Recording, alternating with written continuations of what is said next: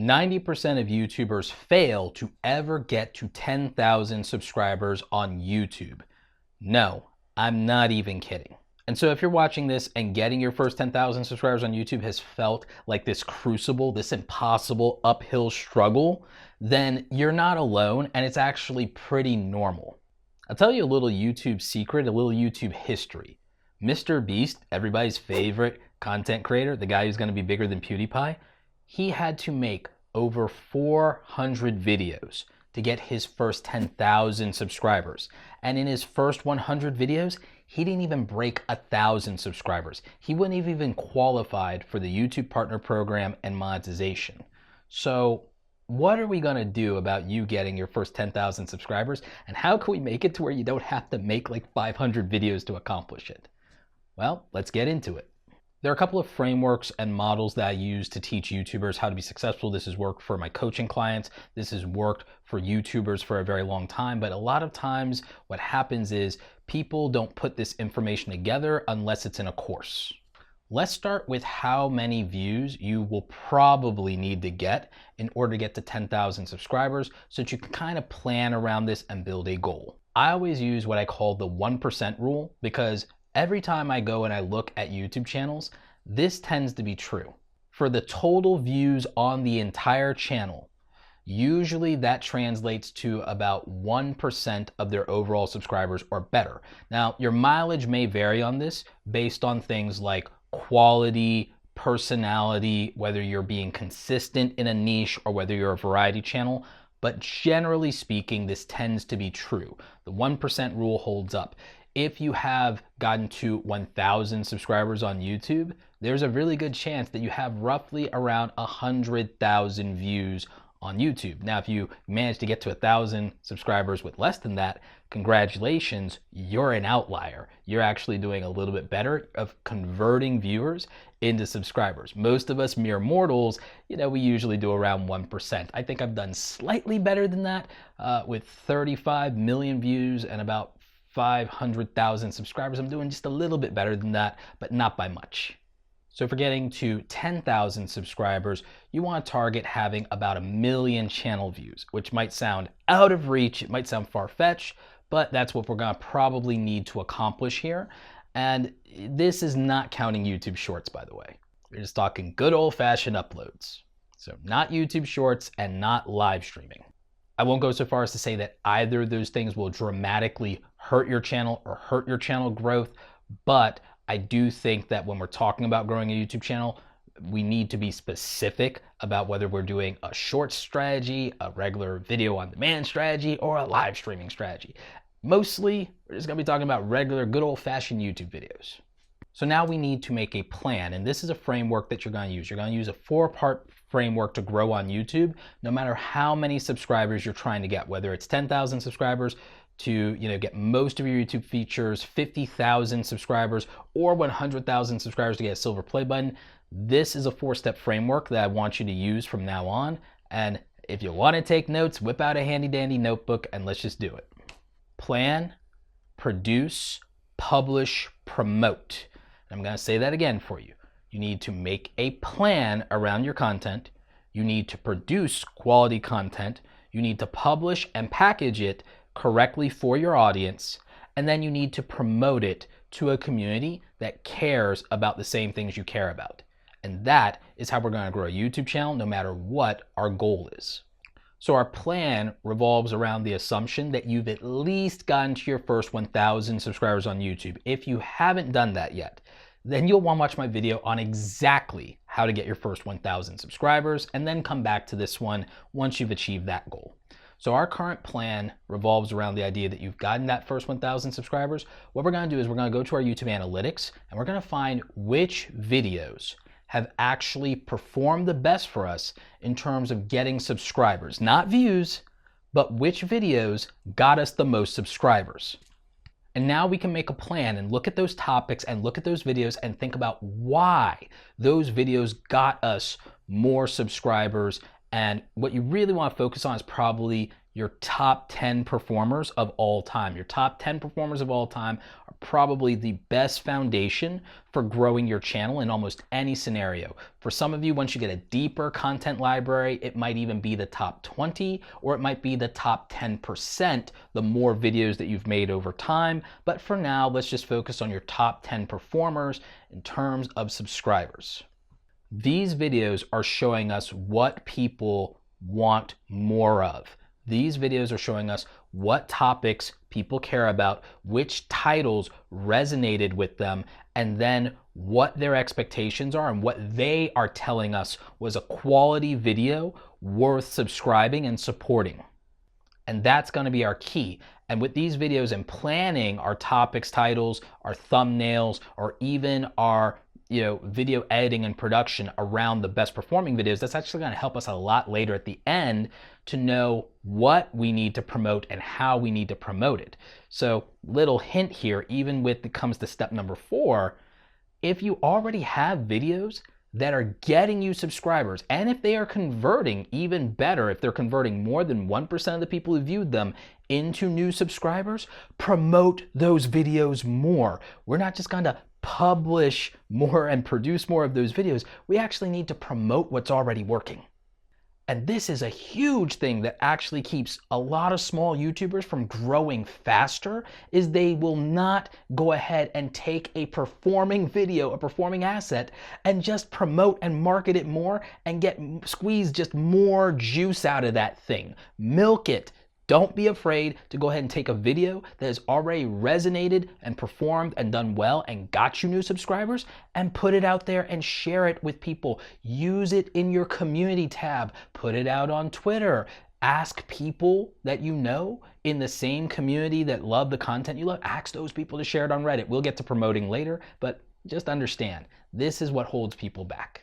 They don't use what they already have that's already working, and they always want to just be excited about chasing the next shiny thing. Now, in terms of producing quality content, a lot of people on YouTube make the mistake of confusing value and quality.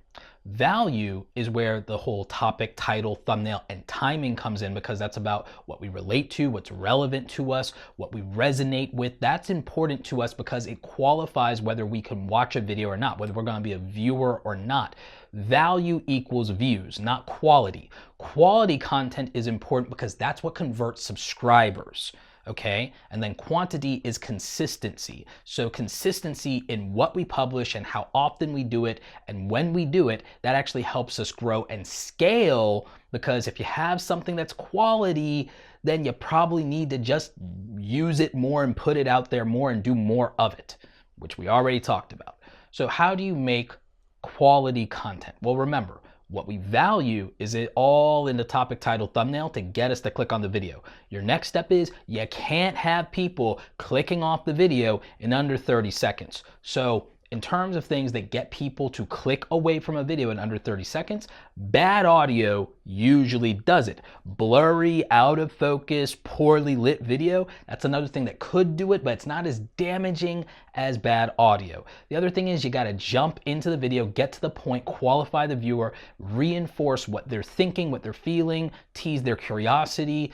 You got to deliver the goods. And you actually have to be good at delivering said goods, meaning your on-camera energy and performance. You don't have to fake a personality. You don't have to be an extrovert. I'm actually very introverted. I only maybe present slightly extroverted on camera because I'm in my safe space here in my fortress of solitude, surrounded by all of my favorite things. When I was a baby YouTuber starting out, if you watch my oldest videos, they're very bad. They're very, very bad. There's very little chance you can make a worse video than my first 100 videos. It's very unlikely. So good news for you. So what is a quality video? Comes in 3 parts, okay? Comes in on-camera performance, which is your confidence on camera, your, that ability to be charismatic, your ability to communicate clearly, and your ability to emotionally connect with an audience. So those are the 3 C's, okay?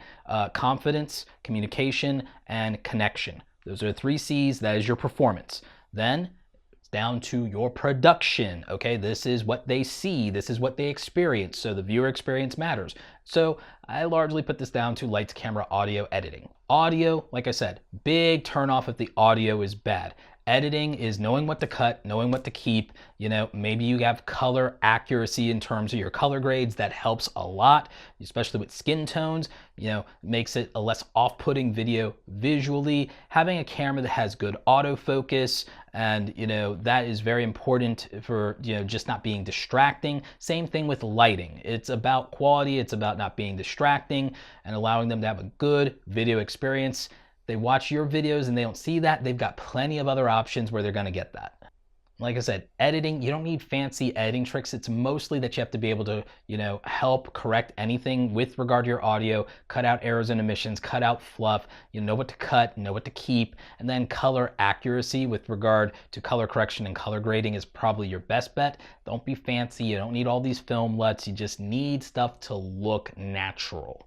And then finally, there's personality. In our 3 Ps, it's, you know, performance, production, and personality. As far as your personality goes, look, people are gonna like you or they're not. But the important thing is to be authentic in the way that you know, create your content, or be consistent. If you've created a caricature of yourself like PewDiePie or Markiplier, you know, you have to be consistent and follow through and commit to the bit. If you're doing comedy or entertainment, you have to commit to the character you've created if you're doing entertainment. If you're not doing entertainment and you're vlogging or you're teaching, then you have to be authentic, you have to be accurate, and you also need to make sure that, you know, this is something that you're not going to outgrow and that you're not alienating people for no good reason. I think all of those things go a long way in turning a viewer to a subscriber. They have to feel like supporting you.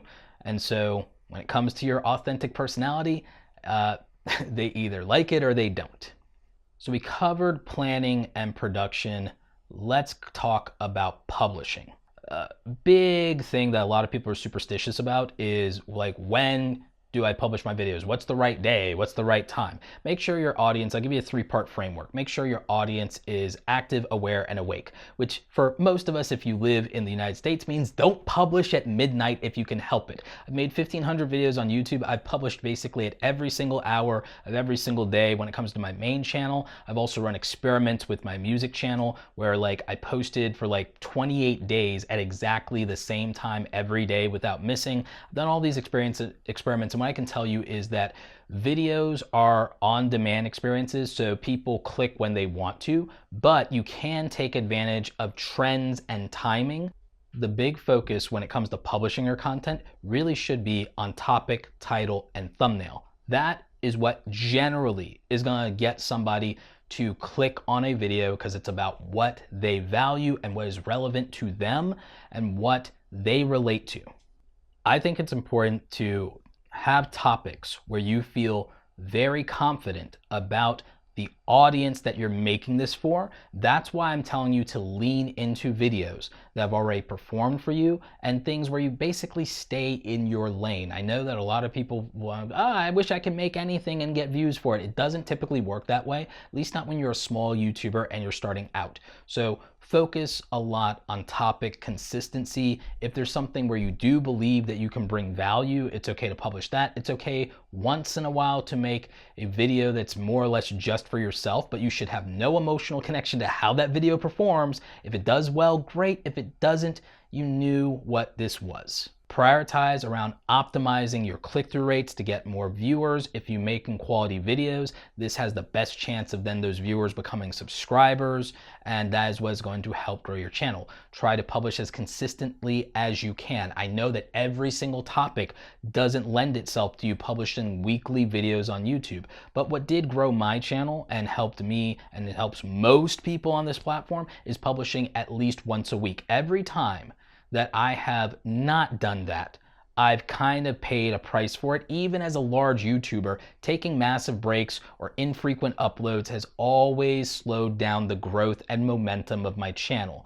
So basically, you could look at it like filling up your gas tank, which is getting very expensive. You could look at it like, I need to put something in the tank to keep this thing moving. I need to keep this engine moving, so I'm just gonna keep putting things into the tank. That doesn't mean that you have to make massive compromises on quality. If you are coming with the same energy on camera, and you got the same light, same audio, same microphone, it's like the quality isn't necessarily going to go down. Unless we're talking about the quality of your ability to come up with ideas, and just do that in advance. Brainstorm more than one idea at a time. That will help you with content. Even if you can't batch record, you have a plan, you have a series, you have a playlist, you have a theme. So that's going to help you a lot. And then finally, number 4, you need to be promoting your videos to the right people. Now, I'm not saying you have to have all these other social media platforms. Sometimes it helps. Sometimes for most of you, it is a distraction if you're trying to specifically grow YouTube. However, I do think for some of you, having the ability for your audience to connect with you in Reddit or Instagram or Twitter could be beneficial. I usually tell people to have one main content platform and then one networking platform where their audience can connect with them and where they can also be part of a larger community. And in my experience, that's what's helped people the most, is to probably just focus on 2 platforms at a time. One is for content, one is for communication and building a community and a network. So that's what I think really helps. As for promoting content, you also have ways to do that in YouTube, like using your community tab is a really good example. And once you get to 10,000 subscribers, you'll have more options. You get the community tab at 500 subscribers, but once you get to 10,000 subscribers, there are other features that open up to you in YouTube. So you'll be able to take advantage of those. At 30,000 subscribers currently as the making of this video, you get YouTube stories, very similar to Instagram stories. I really want them to bring that number down. I'm hoping they bring that down to 10,000 subscribers or even 1,000 subscribers. I don't know why 30,000 is what gatekeeps that, but I digress. But just remember, you can be promoting in the YouTube community tab. And so you could be running polls to help figure out what your audience cares about more in the moment and what you can make. You can actually promote your old videos in the YouTube community tab. And if I were you, I would be promoting the ones that have gotten you the most subscribers in the past, and I would be promoting those. In terms of how often to use the YouTube community tab, I would be using it every day, and I would probably use it twice a day. I'd probably use it in the morning and then in the afternoon or evening. And you can use that for polls. You can post images, you can post image polls, you can do text posts, you can share videos, and you can share playlists. So that is a strong built-in promotional tool for you in YouTube. And the good news is it reaches beyond your subscribers. It reaches beyond your subscribers, so you should treat it like it's its own form of content itself that you can use to promote yourself and grow your channel. If you were trying to make money, you could use it to promote merchandise or affiliate stuff or your own products. But the key for a lot of you, since you're watching this video, is you want more subscribers. So I would promote the videos that have gotten me the most subscribers. That is the thing that I would probably be doing if your goal is growth. You already know this content works, so just help it reach more people so that it can do more work for you. And then in terms of what to make going forward, again, using the community tab is a good way to get a feel for your audience, and then you're knowing instead of guessing. And there you go. That's exactly how you can get to 10,000 subscribers on YouTube. If you enjoyed this YouTube advice and my tips, make sure you're checking out my other YouTube tips series. I'll link that playlist in the description down below. Also, if you want to get to 100,000 subscribers, there's probably a couple of videos on this channel you could watch about that. As always, thank you so much for watching, and don't forget, go out there and create something awesome today. Take care.